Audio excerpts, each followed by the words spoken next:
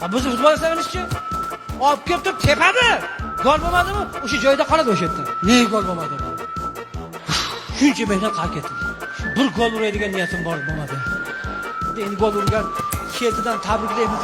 Bu 12 tasi quvib ketdi. Aylantirib 3 quruqqa qaytib kelgandan keyin yeta olmadi lekin. Samolyotdan bo'lib ko'rdi, ucha olmadi lekin. Aylanib kelib vertolyot bo'lib to'xtadi. Futbolkani yechib turib tomoshabinlarga otmoqchi edi. Tribuna bombosh. Bir qator sallardan o'tirishibdi. Iloji bo'lsa vaqtlar tugat, ish bor bugun. Varatan tepasidan 20 metr balandlikdan o'tib ketsa, yana futbolchilarimiz qanday qilib qoldi? Xuddi sal qolganda edi gol bo'lishi kerak. Ko'zingni o'yla mana bu yerda zaman. Qimmat taniyapsan, futboldagi gaplashib qolmasan mana. Ko'rgan bo'lsangiz Zidan qo'lab bir chekkasidan ketayotdi. 2 metr narida italiyalik futbolchi kelayotdi. Shu birisi deb qo'ydi-da. Bu eshitib qoldi, endi biz eshitmadik. Shart to'xtadi. Nima dedi? Bu narsa dedingmi dedi?